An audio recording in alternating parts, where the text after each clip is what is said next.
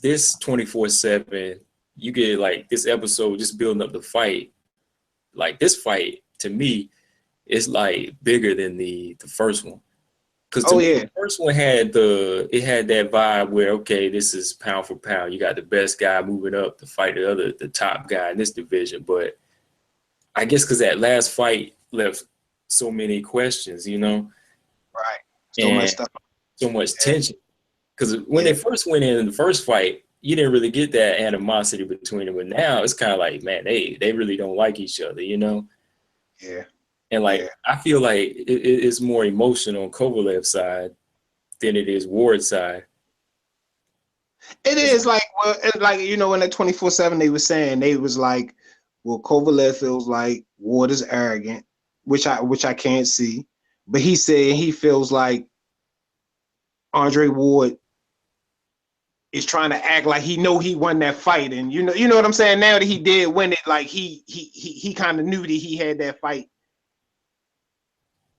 in the bag, and I don't believe that. I don't believe he thought that. He didn't know what was going to happen at the end of that fight. You know what I'm saying? I mean, it was a very close fight. Anybody with common sense would know that it could go either way, being that close. You know what I'm saying? yeah, because a So lot of people say don't leave it in the hands of the judges, but sometimes in situations like this, you need a judge because, for me, fans like you get the feeling like it don't sit well with them. But if they knew how good both of these guys were, they know the fight would be on an even playing field like it was. Neither guy's going to dominate the other. mhm.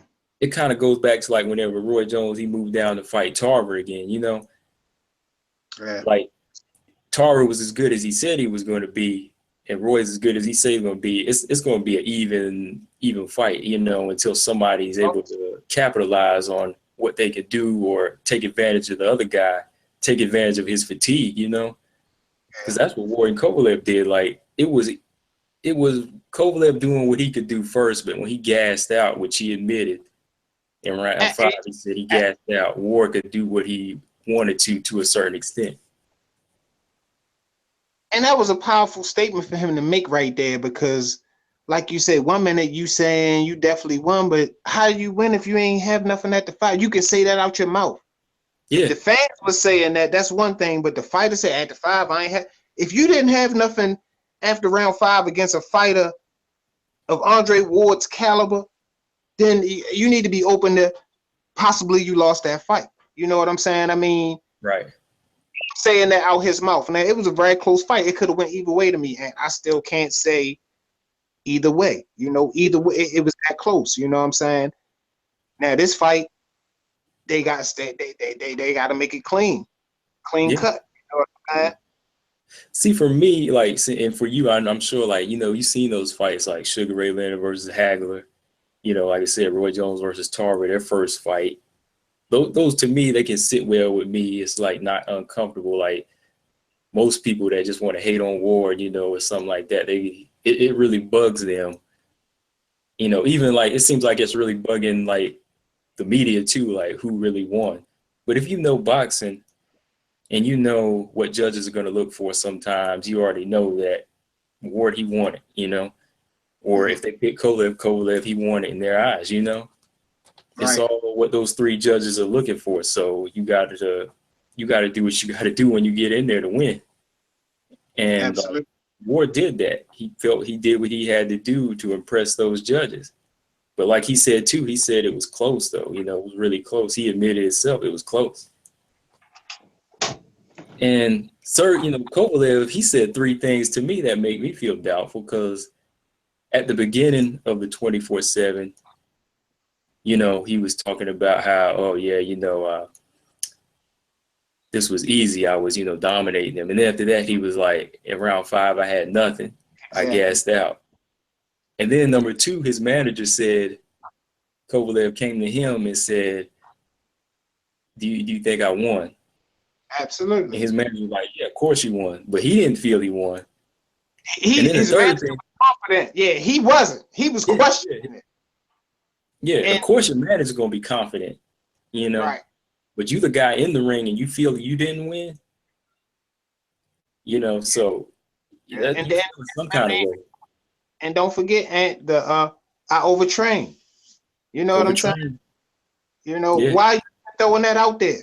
Yeah. If you want to fight, why are you throwing that out there? You know what I'm saying?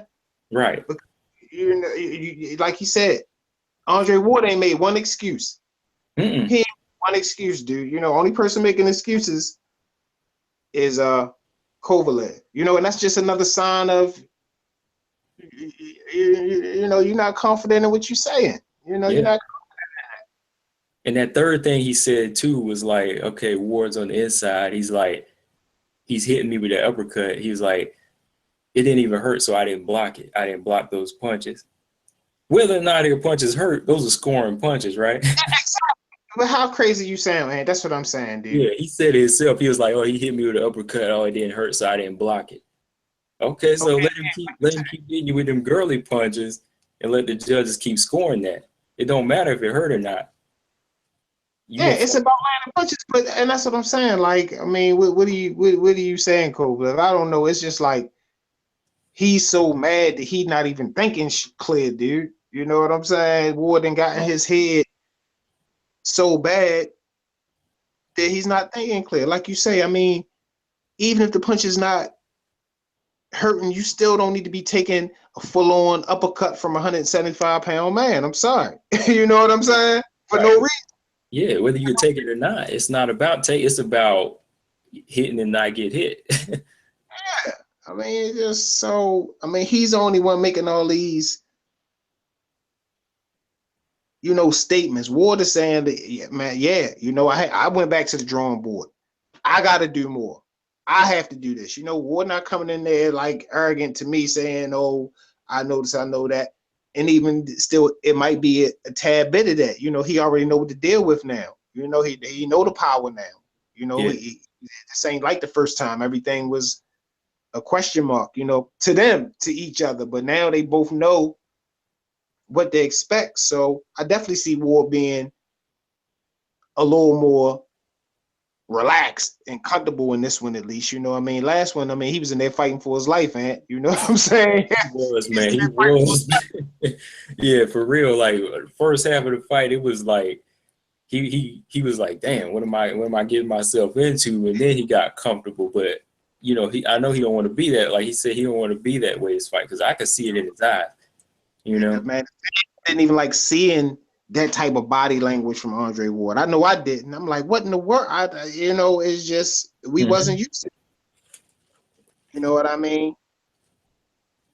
But And did you see like you see at the beginning too the intro of 24/7? You see John David Jackson's face sitting like in the back in the dressing room. He just kind of oh, like. when Kovalev came in there and was cussing and all mad. Yeah, he was just kind of like sitting in the corner, his head kind of down, looking up. Didn't even look like he wanted to say anything, man. I was like, he just had this look, and then rest of his people came in there, his wife and them were in there. He just looked uncomfortable, man. Like he just had this look on his face, like, oh man, he gonna start cussing me out or something.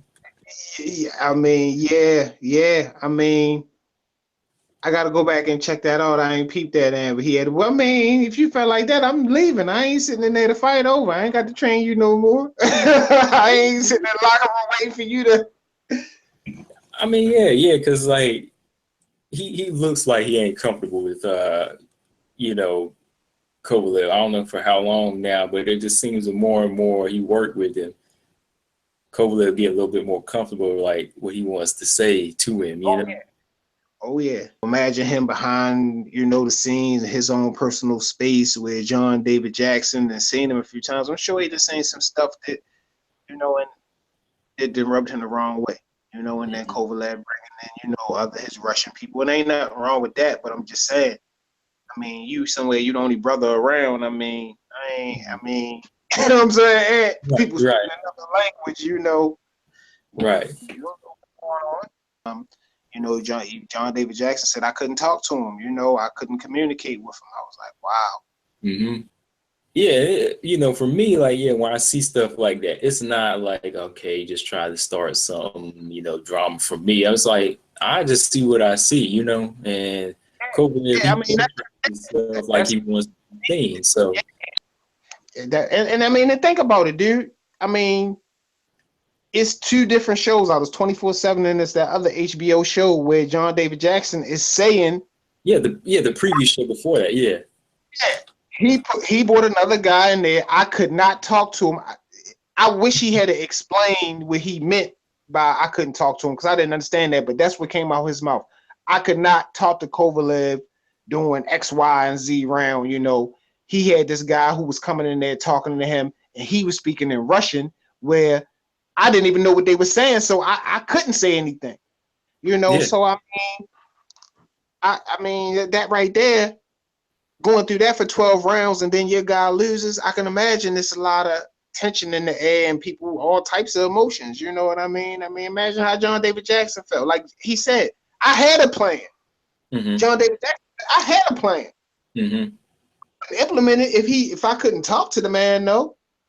So I'm like, Yeah. yeah, man, frustration, man, that's a little disrespectful to him.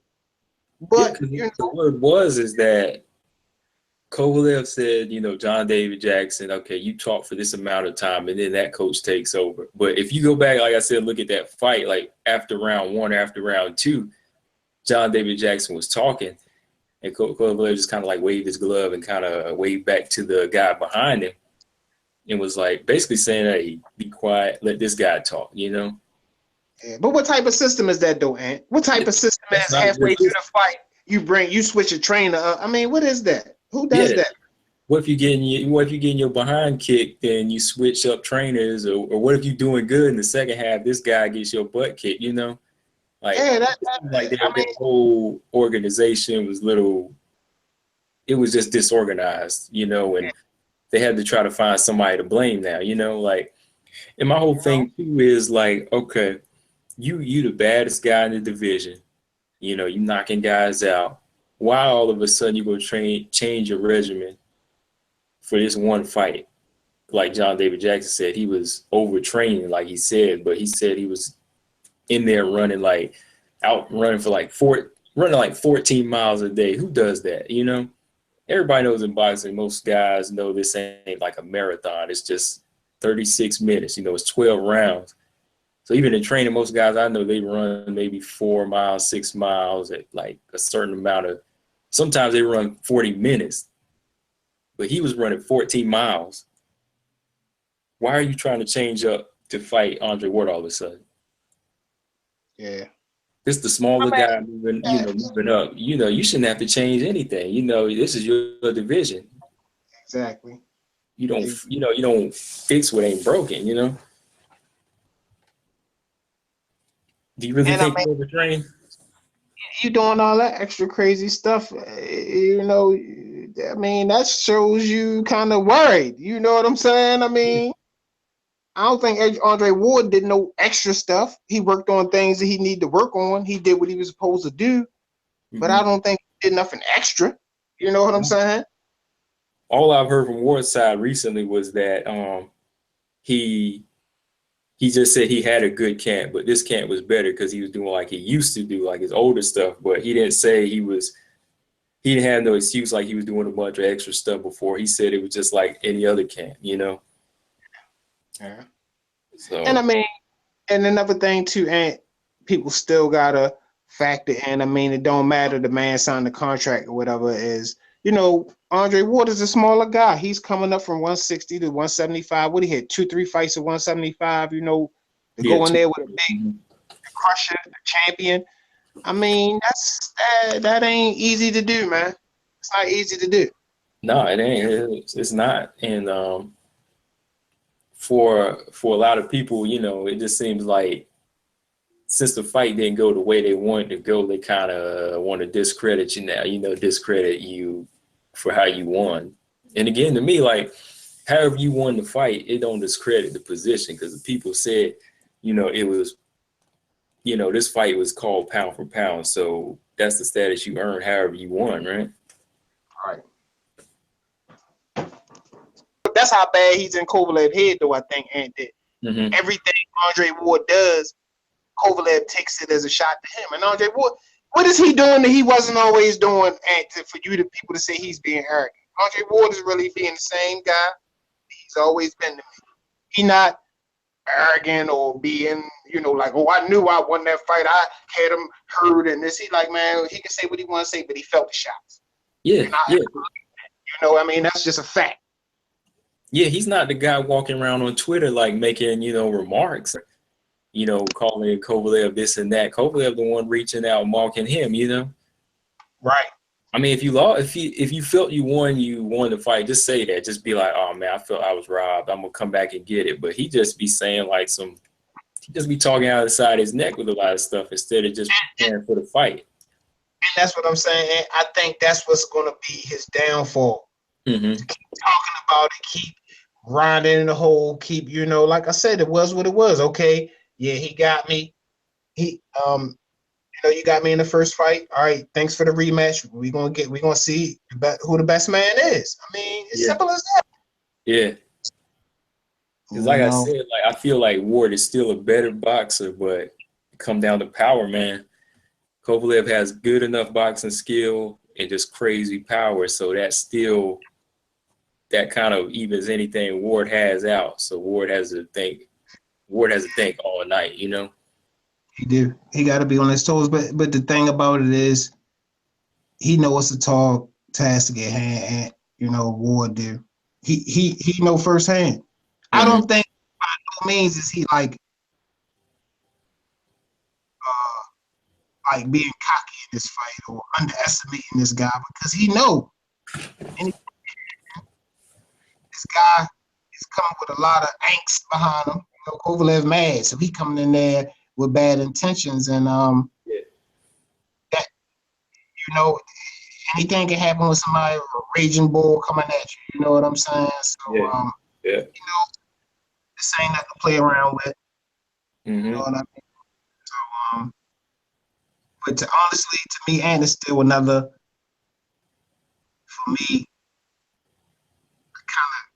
kind of hard to call. I mean, for me, the Kell Brook and Errol Spence, was a hard fight to call because the skills kind of matched up, kind of, on the same level. I was leaning towards Kell. I thought he had a little better skill set, but Errol Spence got it. But this is another one where, of course, RJ Ward is the better guy, but like you say, the power and Kovalev, what Kovalev do bring to the table, kind of, balances everything out again with these guys. So yeah.